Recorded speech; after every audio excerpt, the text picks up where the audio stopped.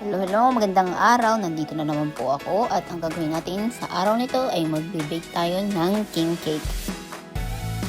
Ang una kong ginawa ay pinatunaw ko muna yung butter, tapos nilagay ko na yung yeast, tsaka yung gatas.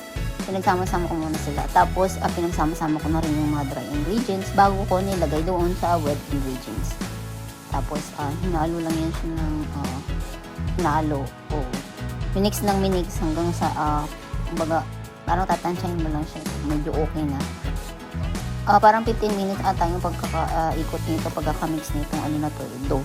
Tapos pagkatapos yun na, nakikita nyo na, nilagay ko na yan sa oven kasi wala naman akong warmer para mag-rise yan. So nilagay ko sa oven pero mahina lang yung heat niya.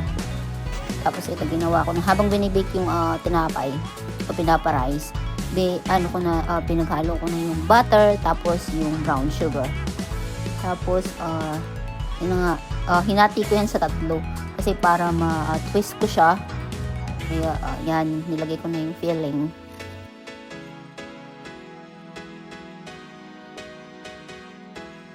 Ginamitan ko pala siya ng rolling pin para manipis yung tinapay. Kasi kapag hindi, makapal kasi hindi maluluto yung loob ng tinapay kapag makapal yung ito. Kaya, rolling pin kailangan meron kayo nun o kung ano yung pwede nyong gamit para maano siya, mapisa o lumipis. So bali 3 roll ng tinapay ang nagawa ko para ma-braid siya. Kaya nga na sinabi ko maganda yung manipis ang tinapay kasi pag braid mo makapal na yan para maluto yung loob. Ayan, diba?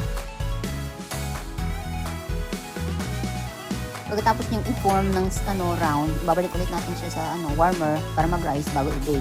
Ayan na siya, ayan ang itsura niya pagkatapos i-bake.